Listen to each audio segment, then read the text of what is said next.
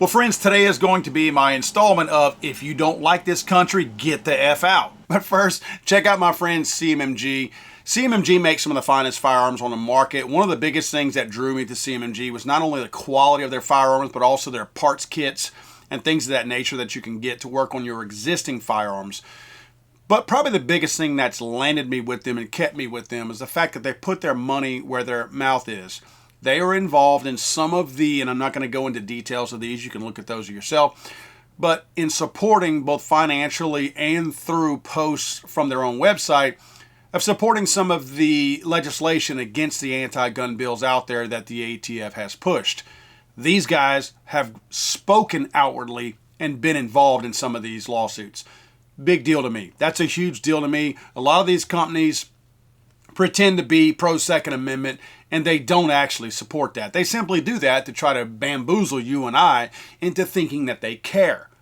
CMMG cares. Go to cmmg.com, cmmg.com. Don't forget to use my discount code FTATF. Again, FTATF is my discount code that will get you 10% off whatever you purchase on their website. I highly recommend these guys. I use these guys. You're going to see them in my videos, firearms of my preference. Whenever S hits the fan, these guys move with me. So again, cmmg.com. Don't forget to use the discount code FTATF.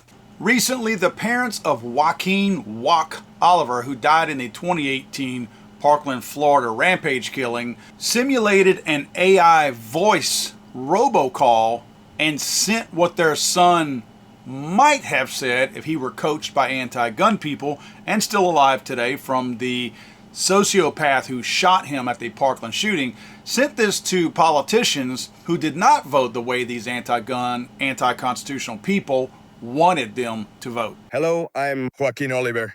6 years ago, I was a senior at Parkland.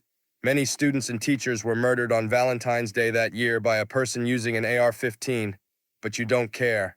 You never did. It's been 6 years and you've done nothing. Not a thing to stop all the shootings that have continued to happen since. The thing is, I died that day in Parkland. My body was destroyed by a weapon of war. I'm back today because my parents used AI to recreate my voice to call you. Other victims like me will be calling too, again and again, to demand action. How many calls will it take for you to care? How many dead voices will you hear before you finally listen? Every day your inaction creates more voices. If you fail to act now, we'll find someone who will. Joaquin's parents are immigrants from Venezuela who became U.S. citizens, and they want sales of guns like the AR-15 banned. Manuel Oliver, the father, his speeches are often laced with obscenities. He was arrested in 2022 after he climbed in a construction crane near the White House, unfurling a banner that demanded President Joe Biden enact stricter gun laws. Months later, he was ejected from a White House event for yelling at the president. This is, again, a Venezuelan migrant. Now, a quick side note here, they also cite incorrect data and use that to make their point like most of the anti-gun people do. You'll see here they reference the number of, quote, mass shootings in 2023 as being 656, and there was not anywhere near that. So they are sending out and perpetuating lies to try to get money because they created an organization in their son's name to make a buck off of him. Now, you may or may not recognize their son's name who perished at Parkland in the rampage killing, or the parents or their parents' names. But they were in the news a couple of years ago. They did something way more creepy than the robocall of their dead son that they exploit to make money. They actually put a video out, an AI-generated video of what their son might have looked like, what their son might have said, what their son, or at least the manner that in which he may have spoken. They put this creepy masterpiece out to make money off of their dead son with their new anti-gun organization. Tell me if this is not one of the creepiest, most disturbing videos you have ever seen. I am Patricia Oliver, and this is my husband, Manuel. 2 years ago, our beautiful son, Joaquin, was shot and killed at Parkland. Every day I think about him. and what his last moments must have been like. Meanwhile, every day, nearly 100 more families lose someone they love to gun violence. Every single day, we keep telling people it doesn't have to be like this. They don't listen. So we found a way to bring back someone that no one will ignore. It's very hard for me to look at this. So please listen to what our son has to say.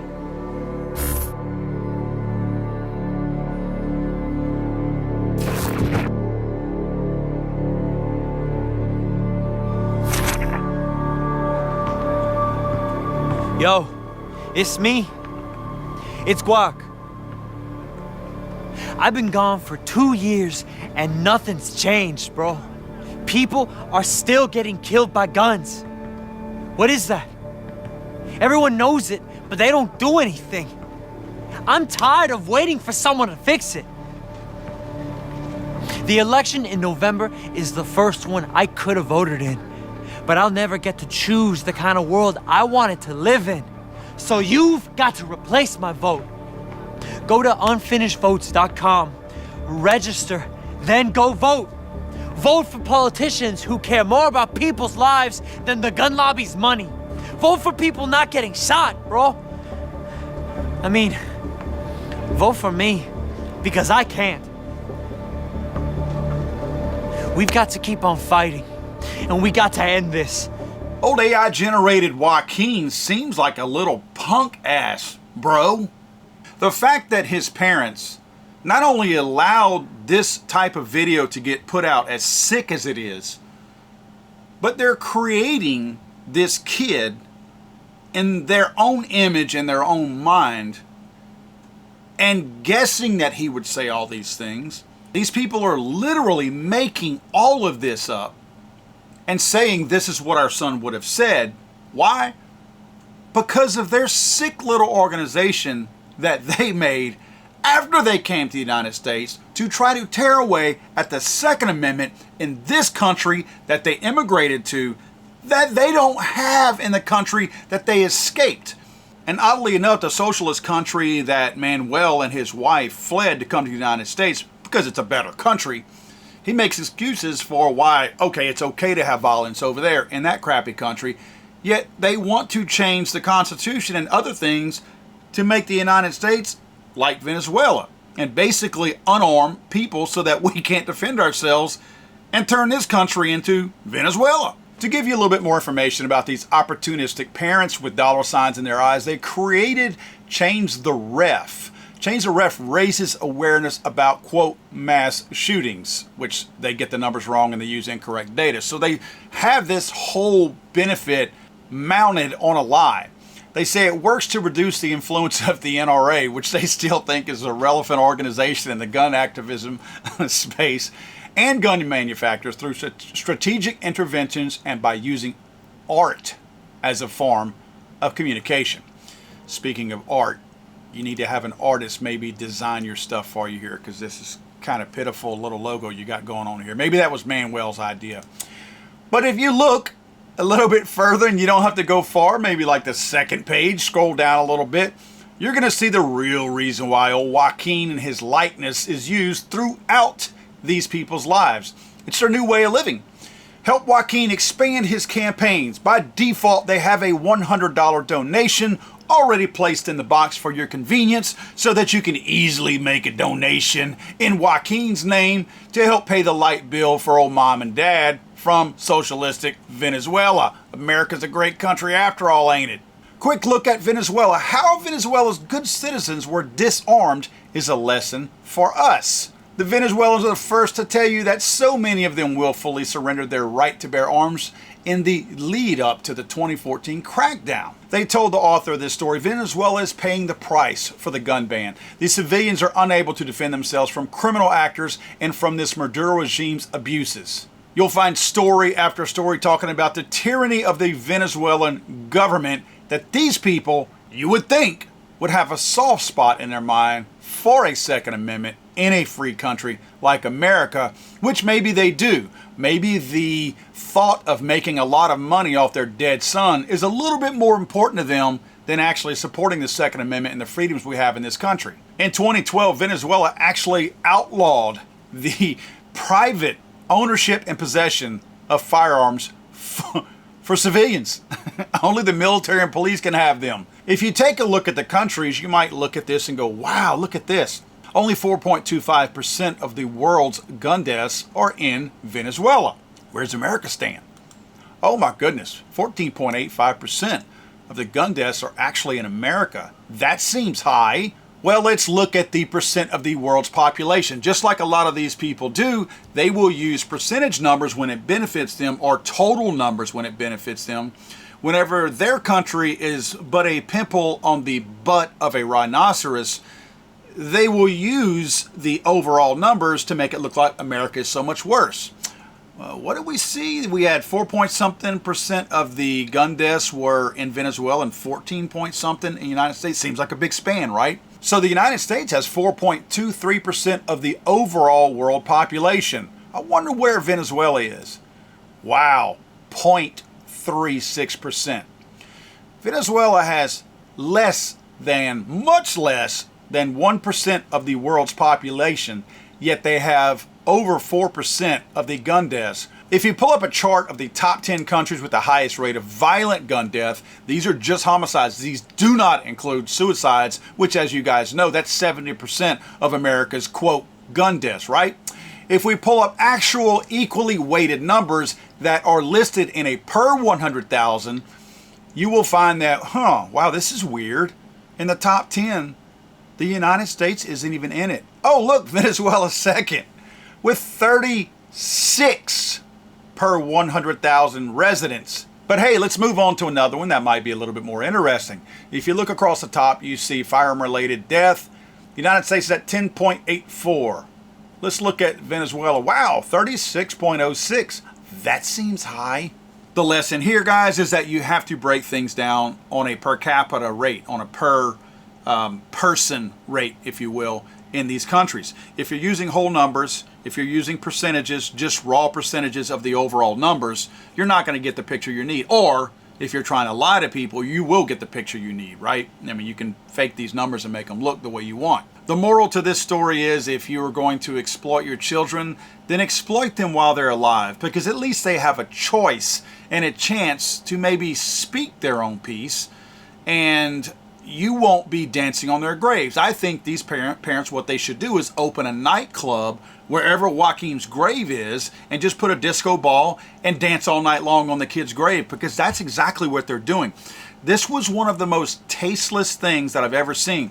Not only did they get a lot of blowback whenever they danced on their son's grave by creating this stupid AI video of him speaking like he was a gangster, but they doubled down on it to create the AI voice of him and then send it to politicians with a bunch of bloviating and BS in it. These two parents are an absolute embarrassment for parents all over the country. There is a way to do something in your child's name and honor them in a tragic scenario that they perished in. I do feel bad for their son who died at the hands of a psychopath who, after he decided he was going to kill people, decided to choose a weapon. These parents are too stupid to realize, and again, sorry for your loss, but they're too stupid to realize, or they're too incentivized by money to realize that the human mind made Cruz in Parkland decide that he wanted to take the lives of other people, and then he sought out a gun. It was not the appearance of a gun and the existence of a gun within the proximity of Cruz where suddenly he saw the gun and said, I think I'm going to go kill people. He decided here what he was going to do. Then he sought out the tool to carry out his horrible, heinous crime, and Joaquin ended up perishing in that. For that, I feel for the family. I do sympathize with the family and their loss. From that moment forward, they appear to have taken this and run with it and stomped and trampled all over their dead child's grave in an attempt to make money off something that happened. I think this is one of the most sick, twisted, and disgusting forms of honoring a dead person that I've ever seen in my life. I think they would be better off just taking one of those. You remember the gangsters that they used to have back in the old Wild West days where the coffin had the glass front and they would put them in front of barbershops and things like that, the sheriffs and all that, to show how criminals had been taken down. These parents would have been better off just parading this kid around in a glass coffin to show them it's the same effect. You're dancing on this kid's grave, you're making money off the back of a dead child, and it's all for you. Don't try to sit here and act like you're doing this for your son, because if you truly cared about it, you would be talking about how the mind got to the point of wanting to take these lives. But you're focused on guns because that's the flavor of the day. And another thing, it's something you can get away with in this country that you could not have gotten away with in that country. If you don't like our country and you don't like our beautiful Second Amendment and our Constitution, get the fuck out. God save the Queen, man. I'm sorry, I thought this was America.